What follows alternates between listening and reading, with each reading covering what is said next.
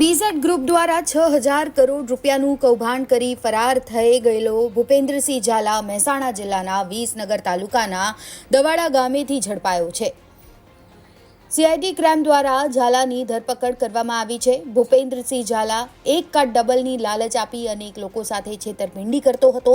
CID crime branch દ્વારા સાબરકાંઠા અને અરવલ્લીમાં BZ ગ્રુપની ઓફિસો પર દરોડા પાડવામાં આવ્યા। આ પહેલા ઝાલાએ હાઈકોર્ટમાં આગોતરા જામીન અરજી કરી હતી, જેને કોર્ટે ફગાવી દીધી હતી। ત્યારે લાંબા સમયથી ફરાર આરોપીને દવાડાથી ઝડપવામાં આવ્યો છે અને ધરપકડ કરી हाल पूछपरछ तेनी शुरू કરી દેવામાં આવી છે। भूपेंद्र झाला के काफ़ी टाइम से फरार था, उसको अरेस्ट करने के लिए हमारी सीआईडी क्राइम की पूरी टीम लगी हुई थी, जिसमें ह्यूमन इंटेलिजेंस और टेक्निकल सर्वेलेंस के आधार पे आज उसको महसाना के जो गांव है दवाड़ा, वहाँ से एक छोटे से खेतर यानी छोटा सा फार्म हाउस जैसा था, वहाँ से हमने आज उसको डिटेन किया हुआ है। श्योर हमें जे पण फरियादी जो भी फरियादी हमारे पास आएंगे उसके लिए हम एफआईआर दर्ज करने के तैयार है।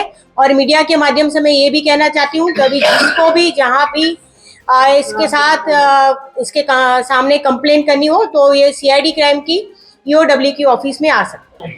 भूपेंद्र झाला ने મહેસાણા જિલ્લાના દવાડા ગામમાંથી અત્યારે ડિટેન કરવામાં આવ્યો છે અને એના જે આક્ષેપો છે એને સમર્થન કરતા અત્યારે પુરાવા એકત્રિત કરવાની અને એની પૂછપરછ કરવાની કામગીરી ચાલુ છે। આટલો સમય ક્યાં ફરતો હતો? ગુજરાતમાં હતો, ગુજરાતથી બહાર ગયો હતો કે શું? હજુ તો હમણાં 10 મિનિટ પહેલા જ પૂછપરછ શરૂ કરી છે। એ અત્યારે તો ગુજરાતમાંથી જ મળ્યો છે, હજુ વિગતવાર પૂછપરછ કરીએ પછી ખ્યાલ આવે કે આટલા દિવસ એક મહિના સુધી એ ક્યાં પોલીસ એની પાસે પહોંચી ક્યાં જાતે હાજર થયો છે આપણને? નહીં ખોટી વાત છે।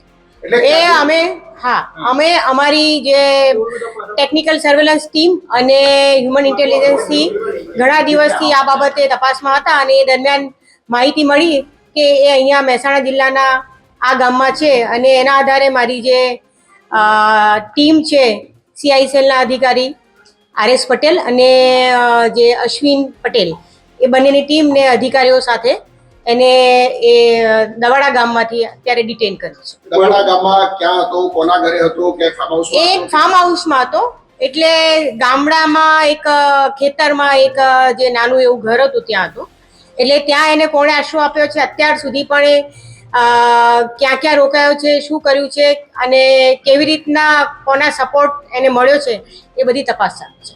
ત્યાં દવાડા ગામમાં જ્યાંથી મળી આવ્યું ત્યાં બીજું કોઈ હતું? ત્યાં એક જ વ્યક્તિ ત્યાં હતો? ના, અત્યારે તો ના, એનો પિતા કે કોઈ મળ્યું નથી, અત્યારે તો એકલો જ મળ્યો છે। બેન, એના ભાઈની ધરપકડ કરવામાં આવી અથવા એને પૂછપરછ માટે લાવવામાં આવ્યો, એ પછી આ કડી પડી છે? શું ઘટનાક્રમ આખો? ના, એના ભાઈને તો જે અમે પૂછપરછ માટે લાવ્યા હતા, એના ભાઈનો હાલ સુધી તપાસમાં આરોપી તરીકેનો રોલ નથી, પણ એના ભાઈને પૂછપરછ માટે લાવેલા એ અલગ મેટર હતી અને આના માટેનું સર્વેલન્સ અલગ ચાલતું હતું ને જેના આધારે એને અત્યારે ડિટેન કરવામાં કેટલા સમયથી એ ત્યાં ફાર્મ હાઉસમાં રહેતો હતો એવું કઈ પ્રાથમિક એમને પૂછપરછમાં ખ્યાલ આવ્યો? એ છેલ્લા 15 દિવસ છે।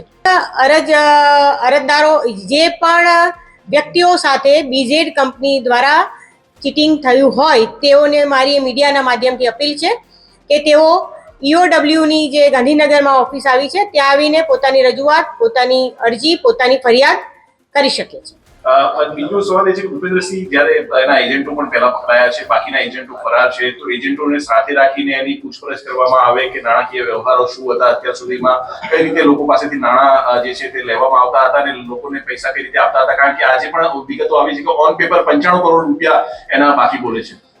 હા, એ તપાસમાં નીકળ્યું છે કે એના 95 કરોડ રૂપિયા આપવાના બાકી છે, પરંતુ મેં તમને કહ્યું પ્રમાણે બહુ જ પ્રાઇમા ફેસી સ્ટેજ પર અત્યારે તપાસ અમે કરીએ છીએ અને જે પણ તપાસમાં નીકળશે પછી અમને આગળ પણ વિગતવાર તમને જાણ કરીશું। એજન્ટો સાથે રાખીને તપાસ કરીશું આપણે? Yes sure.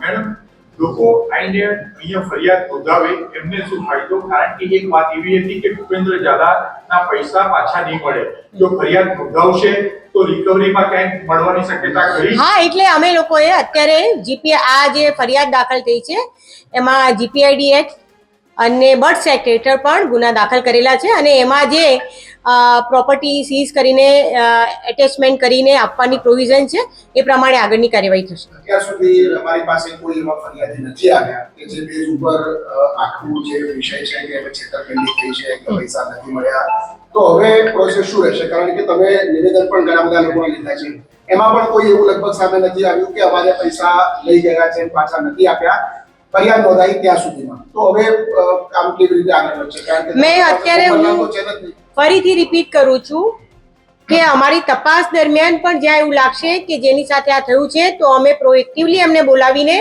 ગુના દાખલ કરીશું.